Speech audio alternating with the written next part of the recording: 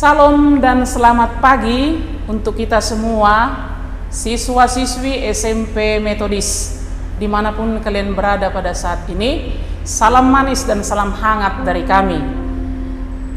Baiklah untuk anak didik kami semuanya, 1 minggu sudah berlalu, kini kita mau ibadah sebagaimana biasanya Sabtu pagi. Mari kita siapkan hati kita, waktu kita, pikiran kita bersekutu dengan Tuhan. Baiklah, sebelumnya mari kita saat teduh sejenak sebagai tanda kesiapan kita memasuki hadiratnya Tuhan. Ayo semua saat teduh kita mulai.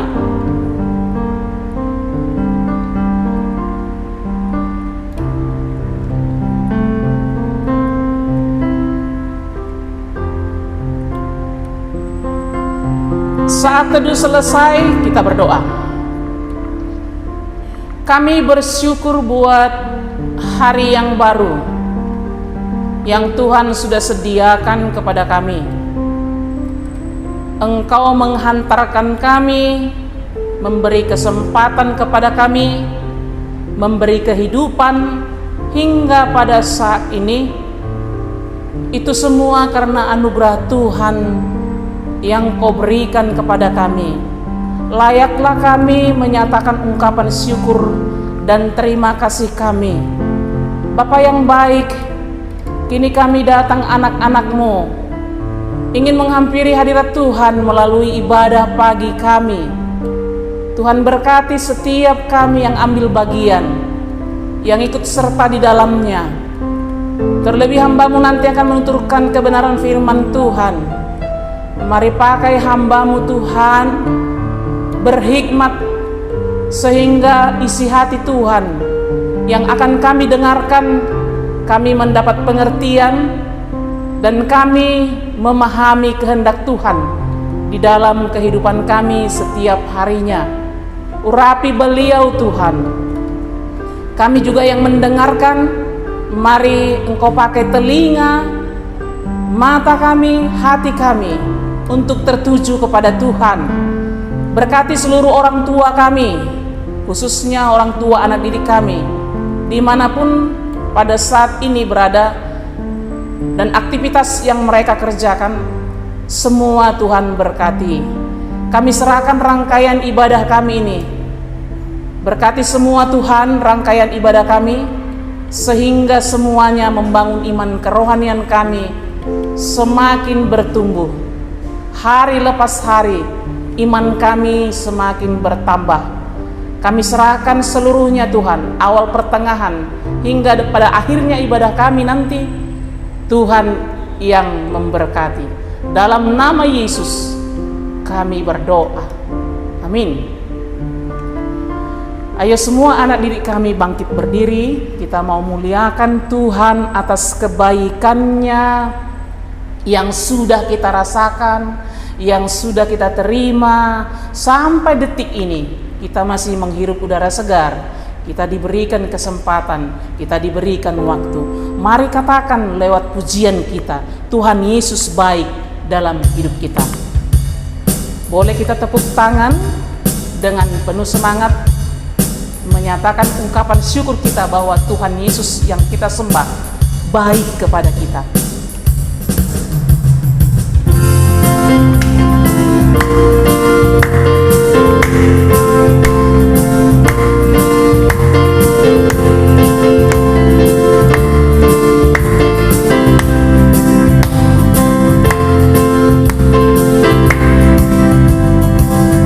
Tiada berkesudahan kasih setiamu Tuhan, selalu baru rahmat-Mu bagiku.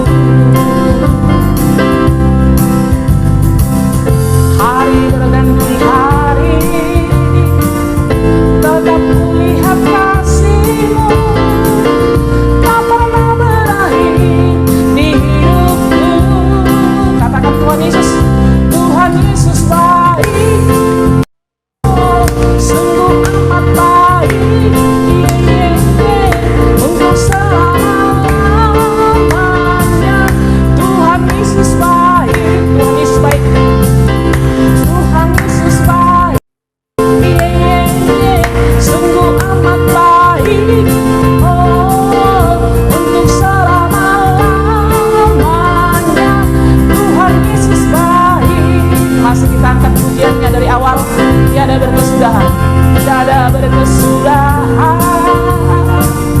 Kasih setiamu Tuhan, selalu baru rahmat-Mu bagiku. Hari berganti hari, tetap kulihat kasih-Mu, tak pernah berakhir di hidupku. Katakan Tuhan Yesus baik, Tuhan Yesus baik, sungguh amat baik, oh, untuk selama-lamanya. Tuhan Yesus baik, Tuhan Yesus baik, Tuhan Yesus baik, sungguh amat baik, oh, untuk selama-lamanya. Tuhan Yesus baik, masih Tuhan Yesus baik, Tuhan Yesus baik, oh, sungguh amat baik, untuk selama-lamanya, oleh selama-lamanya, dari selama-lamanya. Tuhan Yesus baik.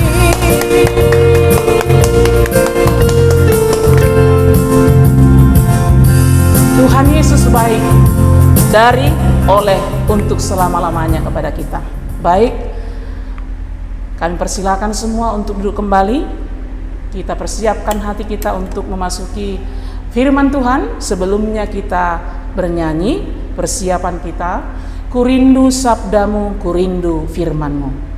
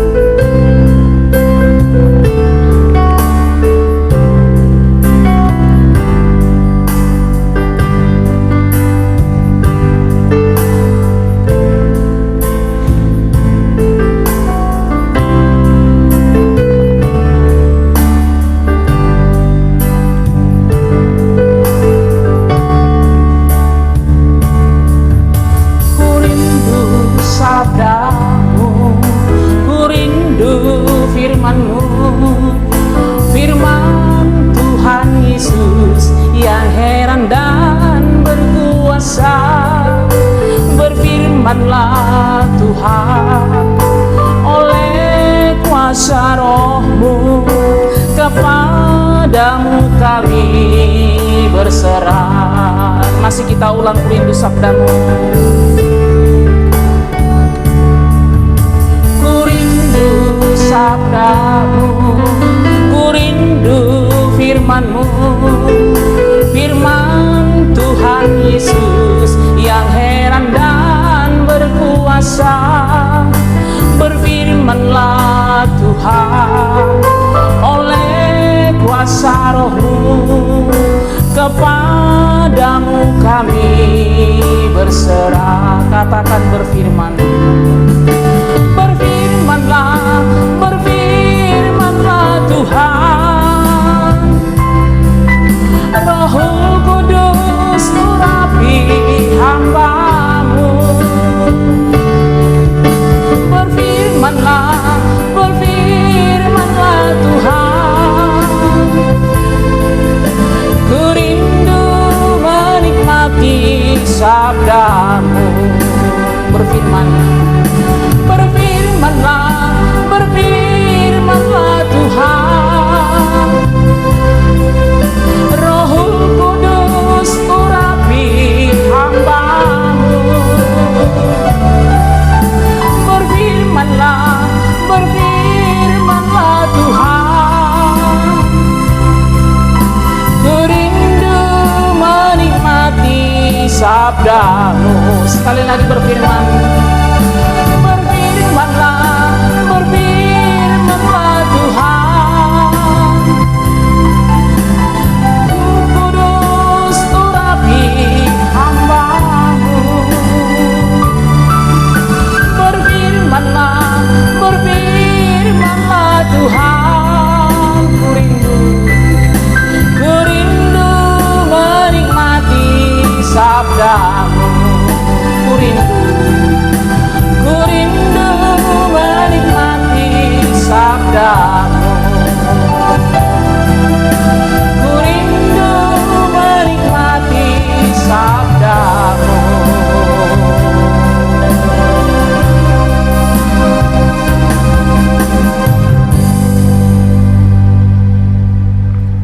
kita menikmati sabda Tuhan lewat hambanya. Waktu dan kesempatan kami berikan. Baik, selamat pagi, shalom bagi kita semua. Puji Tuhan. Apa kabar kita? Ya, harapan saya kita semua dalam keadaan sehat. Baik, kita akan renungkan firman Tuhan hari ini. Mari kita berdoa terlebih dahulu. Kita tundukkan kepala, kita satukan hati dan pikiran kita untuk bersatu di dalam doa. Tuhan, kami datang kepadamu merendahkan hati pagi hari ini untuk merenungkan firman-Mu. Tolong kami semua, berkati setiap kami yang mengikuti ibadah ini, berkati hamba-Mu yang menyampaikan renungan. Terima kasih Tuhan, kami pakai waktu ini sebaik mungkin dan Tuhan berikan fokus yang baik. Dalam nama Yesus kami berdoa, amin. Baik anak didik kami dan Bapak Ibu saudara sekalian, hari ini renungan yang akan kita dengarkan bersama saya beri judul Jangan Jadi Beban. Jangan jadi beban. Saya ambil dari 1 Tesalonika 2 ayat 9 sampai 13. 1 Tesalonika 2 ayat 9 sampai 13. Demikian saya akan bacakan. Mari kita yang bisa membuka Alkitab kita buka dan kita akan baca dan dengan seksama ya, kita ikuti dengan seksama.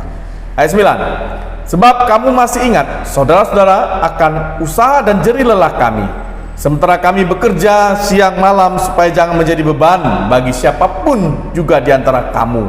Kami memberitakan Injil Allah kepada kamu.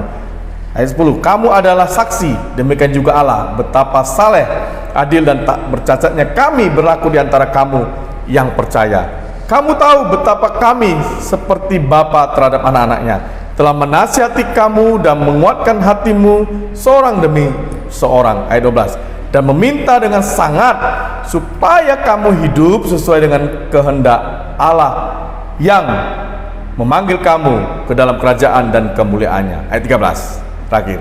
Dan karena itulah kami tidak putus-putusnya mengucap syukur juga kepada Allah, sebab kamu telah menerima firman Allah yang kami beritakan itu bukan sebagai perkataan manusia, tetapi dan memang sungguh-sungguh demikian sebagai firman Allah yang bekerja juga di dalam kamu yang percaya. Amin. Anak didik kami yang saya kasihi, mengawali renungan ini saya ingin bercerita kepada kita tentang seorang anak dan bapaknya, ayahnya. Menjelang sore, anak remaja berkata atau berbincang diskusi dengan papanya. Dikatakan begini, ayah, papa, aku kan sudah gede, aku bukan anak kecil lagi loh pak. Ingat pak, aku nggak mau diatur-atur, aku nggak mau harus disuruh-suruh, diperintah-perintah untuk melakukan sesuatu. Aku tahu kapan nonton TV, aku tahu kapan belajar, aku tahu waktunya kapan makan, mandi dan sebagainya. Ini kata anak remaja yang usia SMP. Kemudian tibalah waktu hari Minggu. Kembali lagi percakapan mereka berdua.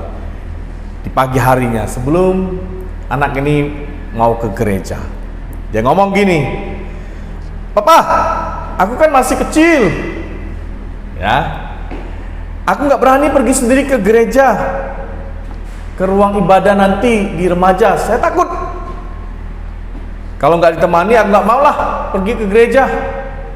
Aku nggak mau ibadah. Papa harus temani aku. Ini di percakapan hari Minggu paginya. Nah, anak didik kami,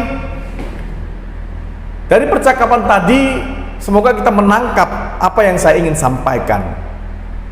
Nah, setidaknya, paling tidak kita sebenarnya harus disadarkan bahwa masa remaja itu adalah masa dari anak-anak menuju kepada pemuda.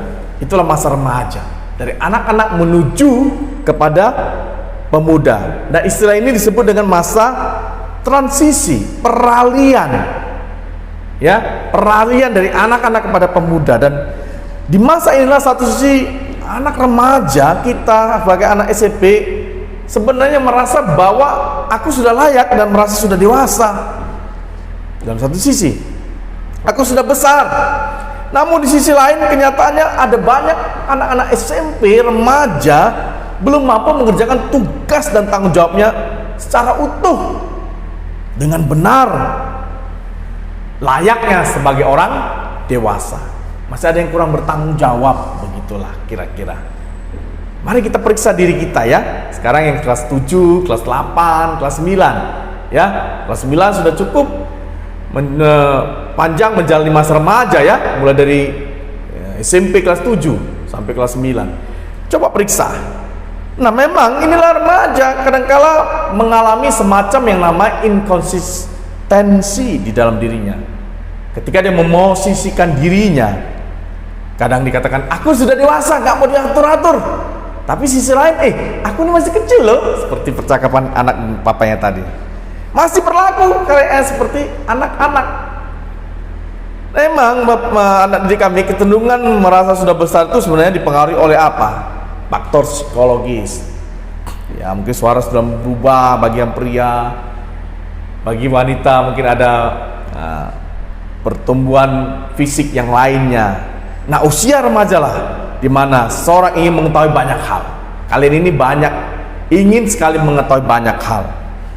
Karena itulah akhirnya apa? Banyak anak remaja, anak SMP ingin mencoba hal-hal yang baru khususnya. Makanya kalau kita melihat survei tentang kejahatan ataupun tindakan kriminal, ada banyak juga rupanya anak remaja yang terlibat di dalamnya. Ya, prihatin sebenarnya, prihatin sekali. Banyak remaja yang terjerumus dalam perilaku-perilaku yang tidak baik di tengah masyarakat. Akhirnya disebut apa? Menjadi sampah, beban bagi masyarakat dan lingkungan. Mereka terjerumus dengan kecanduan narkoba akibat coba-coba tadi. Terjerumus yang dengan namanya pergaulan bebas, rokok, minuman keras, pornografi, dan sebagainya.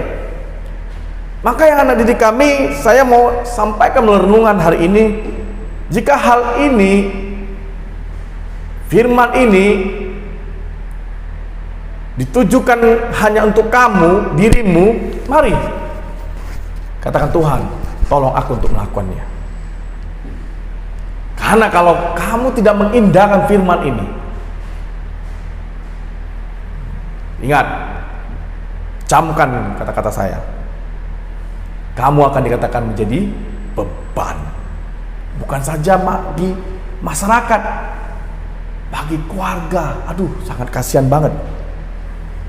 Pernah nggak orang tua ngomong, memanglah kamu, nyesal aku bisa punya anak seperti kamu, terlahir dunia ini. Waduh, alamak, kalau dikatakan begitu, jadi beban. Oke lah, gak usah masyarakat, keluarga. Aduh, gimana ya? Kasihan sekali. Nah, dari didik kami yang saya kasihi, kita melihat teks yang kita baca tadi, di mana di sana dikatakan ada banyak tantangan Paulus atau Rasul Paulus ketika dia memberitakan Injil di jemaat Tesalonika. Ada banyak macam tuduhan dan prasangka buruk yang dia terima, yang dituduhkan kepada Rasul Paulus, seolah-olah dia ingin mencari keuntungan bagi dirinya sendiri dan kesenangan untuk dirinya sendiri. Padahal dia murni untuk melayani Tuhan melalui pemberitaan Injil kepada mereka. Ini tantangan yang dihadapi Paulus pada waktu itu.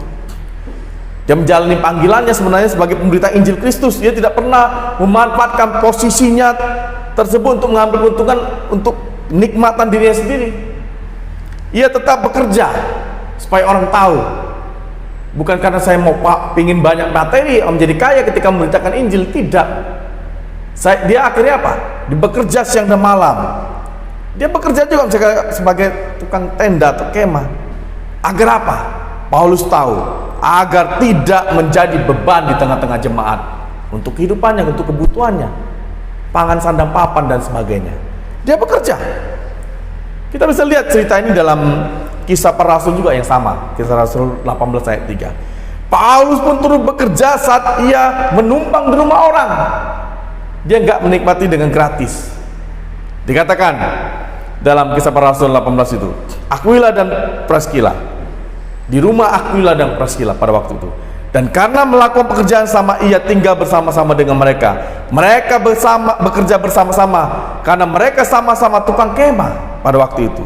Rasul Paulus juga tidak pernah berkata dengan tegas, jika seseorang tidak mau bekerja, maka dia janganlah makan. Malu sebenarnya dia menyampaikan ini, tapi dia harus sampaikan kata-kata ini dengan tegas. Paulus juga sangat-sangat menekankan ini kepada pembaca sekarang. Jika seorang tidak bekerja, tidak mau bekerja, janganlah ia makan, dalam 2 Tesalonika 3 ayat 10. Nah, selain memberi teladan tentang kemandirian yang mau disampaikan dan diingatkan melalui pesan firman hari ini dari seorang Paulus, kemandirian, keteladanan mandiri dalam hidup itu, ini yang mau ditekankan kepada kita sebagai remaja, anak-anak SMP yang mulai mengalami masa transisi dari anak kepada pemuda. Jangan kamu bunglon, kadang A, kadang B. Mari tunjukkan teladanmu. Kamu memang benar-benar sudah menuju satu kedewasaan dengan tunjukkan tanggung jawabmu. Apa aja tanggung jawabmu? Banyak. Di sekolah kamu tanggung jawab belajar, mengerjakan tugas, dan sebagainya. Di rumah pun begitu. Ada tanggung jawab mungkin membersihkan pekarangan rumah, mencuci mobil, membereskan dapur, cuci piring, menjemur pakaian, ataupun menyetrika dan sebagainya. Itu tanggung jawab. Tidak kita lepaskan atau kita biarkan. Ini sebagai teladan bahwa kita tidak mau dibebani maksudnya. Tidak jadi beban bagi orang lain. Rasul Paulus menggambarkan hubungannya dengan jemaatnya dalam pembacaan tadi seperti seorang bapak kepada anak. Sebuah relasi yang sangat hangat dan dekat layaknya orang tua dan anaknya. Rasul Paulus menasihati dan menguatkan umat pada waktu itu untuk terus hidup sesuai dengan kehendak Allah, jadi teladan. Kalau kamu bekerja, ya bekerja dengan baik, tunjukkan teladan dalam pekerjaanmu. Nah, kita sebagai remaja, sebagai pelajar, mari tunjukkan keteladanan sebagai pelajar yang benar. Mantar lagi masa-masa ujian, mari belajar yang giat. Jangan nanti mencontek ataupun tidak serius ketika mengikuti ataupun menghadapi ujian. Mari belajar, persiapkan diri dari sekarang. Jangan nanti akhirnya ada perkataan, kamu itu jadi beban yang tidak diinginkan. Waduh, kasihan banget, miris banget dengan kalimat itu. Maka dari itu kesimpulan dari renungan kita hari ini, mari kepada adik kami, tekunlah belajar secara mandiri tanpa disuruh-suruh. Benar-benar memang seperti anak yang pertama di awal percakapan dia dengan papanya, aku sudah dewasa, aku sudah besar, aku nggak mau disuruh-suruh lagi. Ya, kerjakanlah itu. Jangan manja, jangan sedikit-sedikit. Kalau nggak sesuai dengan diri, keinginan kamu kemudian berontak. Mari kerjakan dengan tanggung jawab yang sudah dibebankan kepada dirimu. Terutama sebagai pelajar, belajar. Tanggung jawab di rumah, apa yang diperintahkan, kerjakan.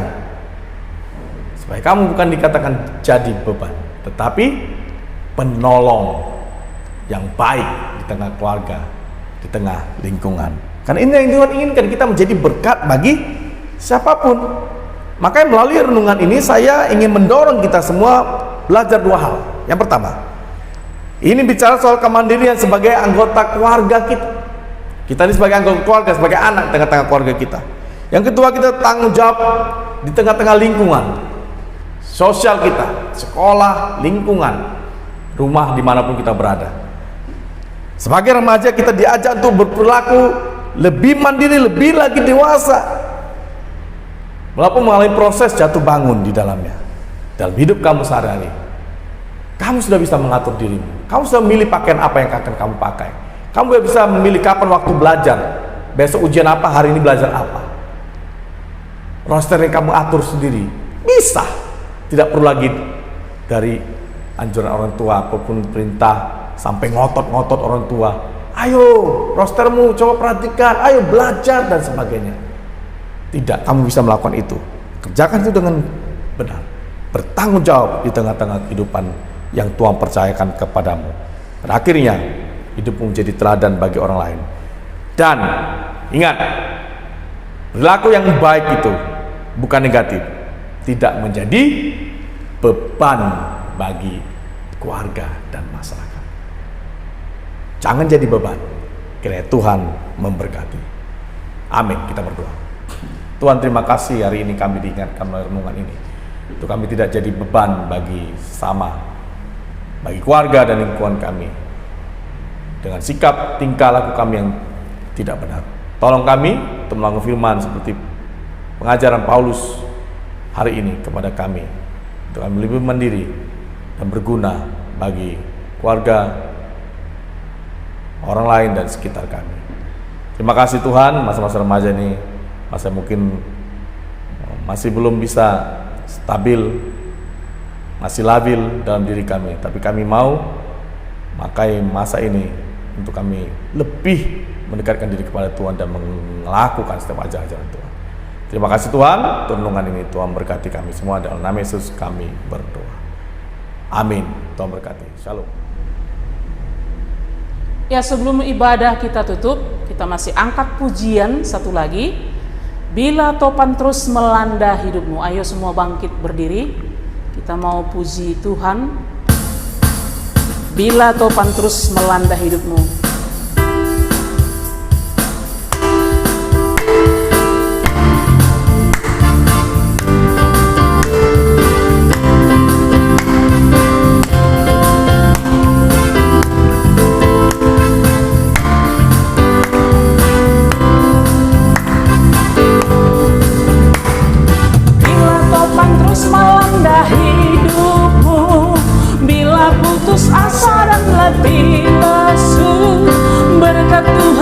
Satu hitunglah, kau niscaya kagum oleh kasih-Nya. Berkat Tuhan mari hitunglah, kau kan kagum oleh kasih-Nya. Berkat Tuhan mari hitunglah, kau niscaya kagum oleh kasih-Nya. Adakah beban membuat kau benar? Salib yang kau pikul menekan berat. Hitunglah berkatnya, pasti kau lega dan bernyanyi terus penuh bahagia. Berkat Tuhan mari hitunglah, kau kan kagum oleh kasih-Nya. Berkat Tuhan mari hitunglah, kau niscaya kagum oleh kasih-Nya. Kita ulangi ayat 1.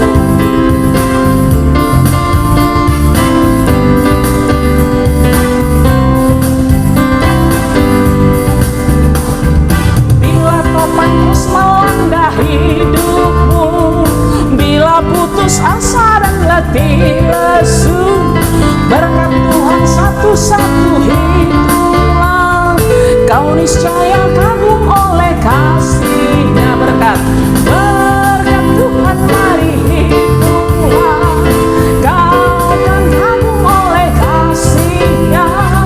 Berkat Tuhan mari hitunglah, kau niscaya kagum oleh kasih-Nya. Berkat Tuhan mari hitunglah, kau kan kagum oleh kasih-Nya. Berkat Tuhan mari hitunglah, kau niscaya kagum oleh kasih-Nya. Kau niscaya kagum oleh kasih-Nya. Kau niscaya kagum oleh kasih-Nya.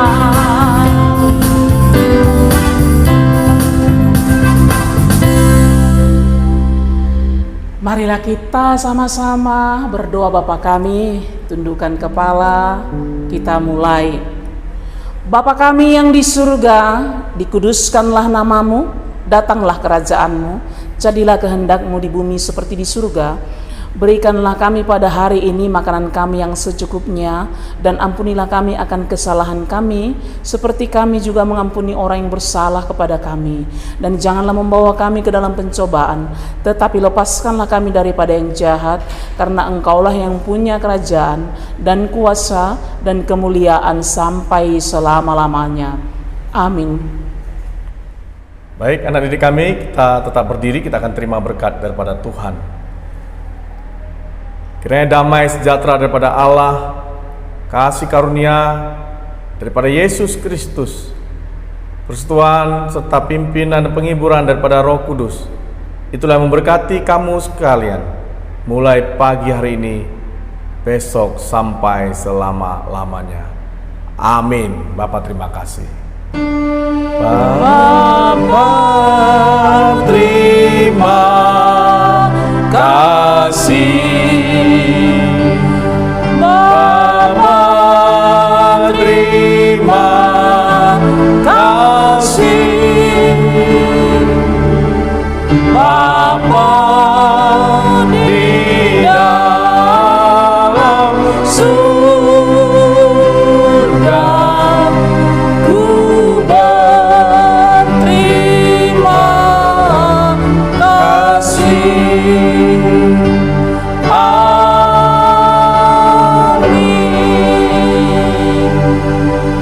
Silakan duduk, kita bersaat teduh sejenak.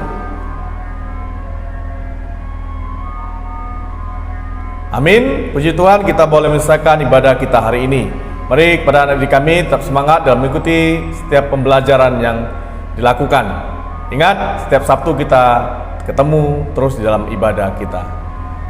Jangan lupa sekali lagi kami ingatkan untuk belajar dengan baik dan giat, karena kita sebentar lagi akan memasuki masa ujian akhir semester. Puji nama Tuhan, mari sampai di sini, Tuhan memberkati. Salam.